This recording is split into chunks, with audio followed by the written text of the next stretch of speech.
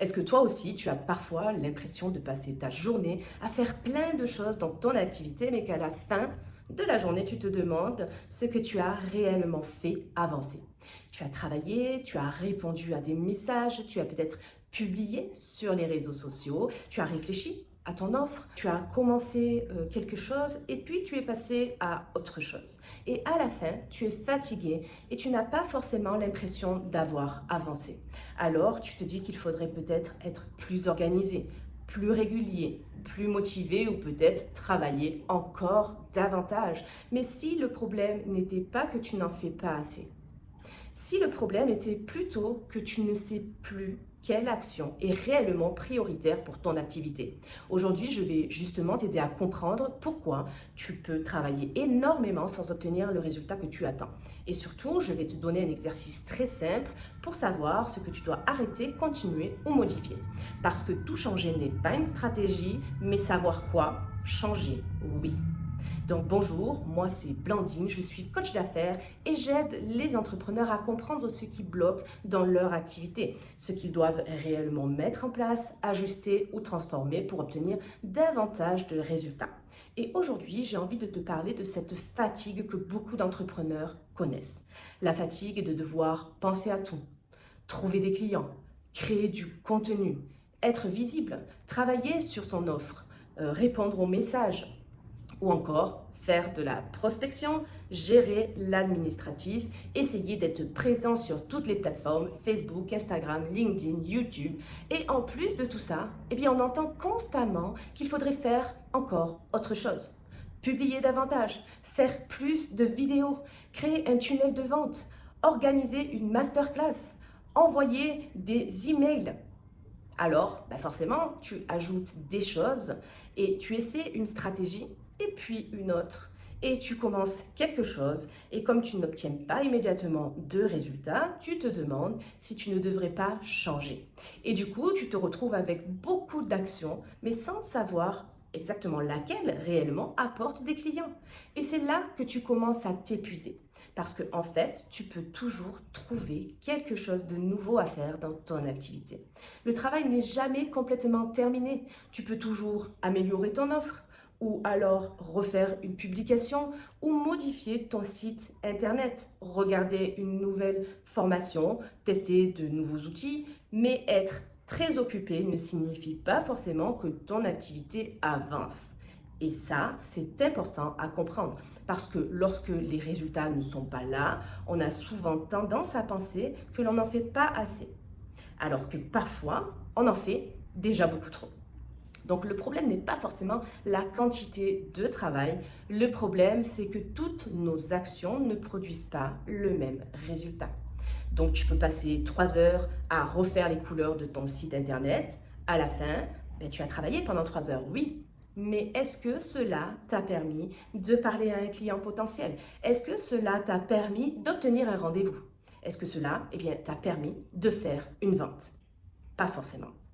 Et attention, je ne dis pas que ton site ou ton image ne sont pas importants. Non, non, je dis simplement que ce n'est peut-être pas ta priorité du jour. Et c'est justement là qu'il faut faire la différence entre une action qui t'occupe et une action qui fait réellement avancer ton activité. Alors, comment savoir ce qui est vraiment prioritaire? Donc, je vais te proposer un exercice très simple. Prends une feuille et note toutes les actions que tu fais actuellement pour développer ton activité. Donc, tu pourras mettre la vidéo sur pause pour faire concrètement l'exercice. Donc, tu notes tout ce que tu fais dans une semaine normale. Par exemple, je publie sur Facebook, je crée des vidéos, je réponds aux commentaires, je contacte les personnes, je travaille sur mon offre, je regarde des formations, je participe à des groupes, je prends des rendez-vous, je modifie mon site internet, tu notes vraiment tout. Et ensuite, devant chaque action, tu vas te poser cette question. Quel résultat concret cette action a-t-elle produit au cours des 30 derniers jours? Est-ce que cette action t'a permis d'être vue par les bonnes personnes? Est-ce qu'elle a créé une conversation? Est-ce qu'elle t'a permis d'obtenir un rendez-vous? Est-ce qu'elle t'a permis de proposer ton accompagnement? Est-ce qu'elle a produit une vente? Est-ce que tu continues simplement parce qu'on t'a dit qu'il fallait le faire? Et là, sois vraiment honnête avec toi-même. L'objectif n'est pas de te juger. L'objectif, c'est de comprendre où part ton temps et ton énergie. Parce que si tu publies tous les jours, mais que tes contenus ne créent aucune conversation, le problème n'est peut-être pas que tu ne publies pas assez. Il faut peut-être regarder ce que tu racontes dans le contenu. Est-ce que les personnes se reconnaissent dans tes contenus? Est-ce que tu parles de ce qu'elles vivent réellement? Est-ce qu'elles comprennent clairement ce que tu peux leur apporter ou est-ce que tu donnes beaucoup de conseils mais sans créer de véritables liens avec elles? C'est la même chose. Si tu penses que ton offre ne fonctionne pas, avant de tout changer, demande-toi combien de personnes ont réellement découvert mon offre? Combien de personnes ont compris le problème qu'elle permettait de résoudre et combien de conversations ai-je eues avec des clients potentiels? Combien de fois ai-je réellement proposé cette offre? Parce que si tu as présenté ton offre 2 fois, cela ne signifie pas qu'elle est mauvaise. Peut-être que tu n'as tout simplement pas encore suffisamment proposé. En revanche, si tu as eu 20 rendez-vous et que personne ne l'achète, effectivement, il y a quelque chose à regarder. Cela peut être ton offre, ton prix, ou encore ton message, ou simplement la manière dont tu présentes la valeur de ton accompagnement. Et du coup, concrètement, chez l'endroit précis où ton activité s'arrête. Est-ce que les bonnes personnes voient ton contenu? Si elles le voient, est-ce qu'elles réagissent? Si elles réagissent, est-ce qu'elles viennent discuter avec toi?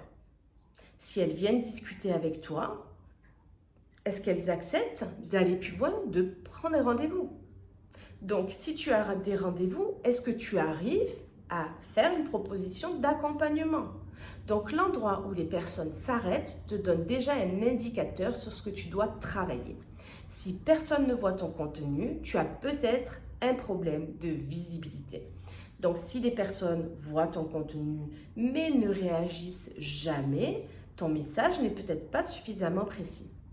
Si elles réagissent, mais elles ne viennent jamais te parler, il faut peut-être travailler la manière dont tu crées du lien et des conversations avec les autres. Donc, si tu as des rendez-vous et que tu n'as aucune vente, c'est peut-être qu'il faut regarder ce qu'il se passe pendant les rendez-vous. Tu vois la différence? Au lieu de te dire « rien ne fonctionne, je dois tout recommencer », tu peux simplement identifier précisément l'endroit où ça bloque. Et à partir de là, tu choisis une seule priorité. Pas 5 ou 10, mais une seule. Et pendant les 7 prochains jours, demande-toi quelle est l'action qui peut réellement faire avancer mon activité aujourd'hui. Si ton problème est le manque de conversation, ta priorité est peut-être de parler chaque jour à de nouvelles personnes. Si ton problème vient de ton message, ta priorité peut être mieux comprendre les mots qu'utilisent tes clientes pour parler de leur situation. Donc, si tu obtiens des rendez-vous, mais que les ventes n'aboutissent pas, peut-être que ta priorité, c'est l'entretien. Donc, pendant une semaine, tu n'ajoutes pas de nouvelles stratégies. Tu observes, tu réalises ton action et puis tu regardes ce qui se passe réellement. Et à la fin de la semaine, tu te poses 3 questions. Qu'est-ce que j'ai réellement mis en place? Quels résultats ai-je obtenus? Est-ce que je dois maintenant continuer ou ajuster? Donc cela va t'éviter de changer de direction au moindre doute. Et surtout, cela va t'aider à retrouver de la clarté. Parce qu'une activité ne se développe pas grâce au nombre de tâches réalisées dans la journée. Elle se développe lorsque tu comprends ce qui bloque et que tu agis au bon endroit. Donc maintenant, j'aimerais que tu me répondes dans les commentaires. Qu'est-ce qui te fatigue aujourd'hui ou qu'est-ce qui te disperse le plus actuellement dans ton activité? Est-ce que c'est le fait de devoir constamment créer du contenu ou le manque de clients malgré tous tes efforts? Le fait d'avoir trop d'idées ou peut-être le fait de ne plus savoir quelle action choisir. Donc, je viendrai lire et répondre. Donc, n'hésitez pas à laisser votre commentaire. Et si cette vidéo vous a permis d'y voir plus clair, vous pouvez vous abonner. Dans la prochaine vidéo, je vous expliquerai comment savoir si ton problème vient réellement de ton offre ou suffisamment pas assez proposé. Donc, tout changer n'est pas une stratégie, mais savoir quoi, oui. Je te dis à très bientôt.